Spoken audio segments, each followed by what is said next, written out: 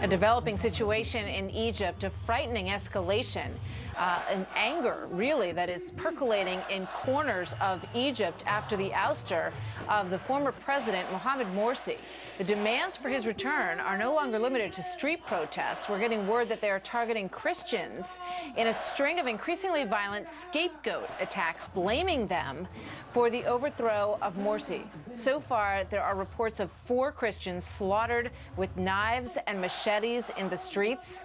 An abducted Christian merchant was later found decapitated. A Coptic Christian priest was shot and killed in broad daylight in an outdoor market. And Islamists are painting black X's on the windows of Christian shops to mark them for arson. I'm joined now by Brooke Goldstein, an attorney and the director of the Lawfare Project. Brooke, this is obviously an extremely serious and growing situation, and one wonders why we don't hear more about it on the front pages of our websites and newspapers in America. You know, that's a very good point. The mainstream media and human rights groups have basically turned a blind eye to the systemic and brutal persecution of Christians, not just in Egypt, but throughout the Muslim world. There is a detrimental, chilling effect now in our media because we're afraid of being called Islamophobic. But the truth is that this was the fate. You know, the Morsi supporters are now using this as an excuse, their latest excuse to target Christians. But this was the fate of Christians when Morsi was in power. It's now, as you see, the fate of Christians after Morsi is in power, and it has just reached to pandemic proportions. You know, you look at this piece that was on the New York Times website, and the headline was "Christians Targeted for Retribution in Egypt." And then that headline disappeared from the website, and it was replaced or topped off with another story, which sometimes does happen on websites. But what's curious is that the story that they topped it off with seemed to be in many ways less newsworthy and not really breaking news at that moment. Why? I mean, why do you think this is happening? Well, you know, again, the mainstream media is too afraid of accurately reporting on what's going on in the Muslim world. We're not reporting on the fact that millions and millions of innocent Muslim women and children are being targeted on a daily basis. We totally turned a blind eye to what was happening to Christians while Morsi was in power. We supported Morsi as though he was some sort of duly elected, democratically elected government, when in reality, he legalized the persecution of Christians. He wrote Sharia law into the Constitution. He called for the expulsion of all foreigners from Egypt. And what resulted?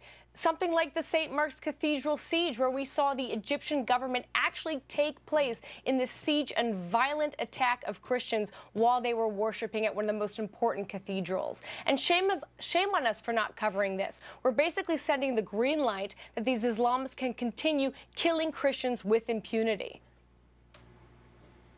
You know, I mean, it's a fear of, you know, sort of being fair and even-handed in a way that really undercuts what the country, or the United States of America, stands for, which is freedom, of religious freedom, not only at home, but also around the world. And it raises questions about why we haven't heard more about it from the president. I know there was a State Department question that prompted an answer from the State Department in which they said, you know, absolutely, we condemn the killing of Christians, which is what you would expect, but shouldn't we expect a little bit more from the government in terms of speaking out on this? Well, don't forget, the Obama administration, remember what Obama said when he delivered his infamous speech in Cairo.